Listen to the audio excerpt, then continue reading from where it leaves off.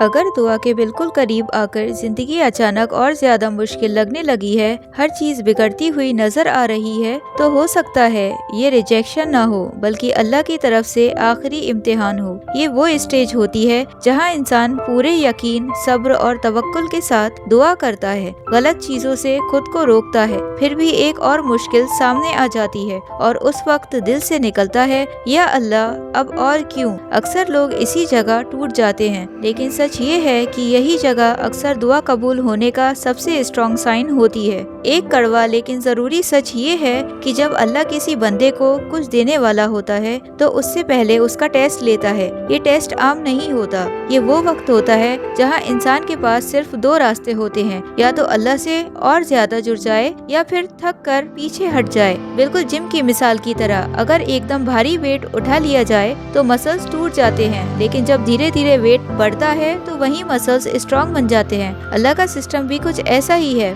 जब वो आपकी दुआ कबूल करने के करीब होता है तो पहले आपकी हिम्मत और कैपेसिटी चेक करता है। इस फेस में बहुत लोग कहते हैं, मैं पहले से ज्यादा नमाज पढ़ रहा हूँ, ज्यादा दुआ कर रहा हूँ, फिर भी प्रॉब्लम्स क्यों बढ़ रही हैं? यहीं पर सबसे बड़ी गलतफहमी होती है। प्रॉब्लम्स का बढ़ना इस बात का प्रूफ नहीं होता कि अल्लाह नाराज है। कभी कभी ये प्रूफ होता है कि अल्लाह आपको नेक्स्ट लेवल के लिए तैयार कर रहा है। कुरान में अल्लाह बताता है कि वो लोगों को डर, भूख और नुकसान के जरिए आजमाता है और फिर सब्र करने वालों के लिए खुशखबरी होती है। रहमत हमेशा टेस्ट के बाद आती है। दुआ भी एग्जाम की तरह होती है, पहले पेपर आता है फिर रिजल्ट। इस आखिरी इम्तिहान के दौरान कुछ चीजें कॉमन होती हैं। अचानक अकेलेपन का एहसास, लोगों के पास होते हुए भी समझ ना पाना, और वो चीज जो सबसे ज्यादा चाहिए होती है उसका दूर होता हुआ लगना। कभी कभी बिना वजह के आंखों से आंसू भी आ जाते हैं। ये स्टेज इमोशनल इसलिए होता है क्योंकि अल्लाह देख रहा होता है कि आप अल्लाह को सिर्फ उसकी नेमतों के लिए चाहते हो या फिर सिर्फ अल्लाह के लिए।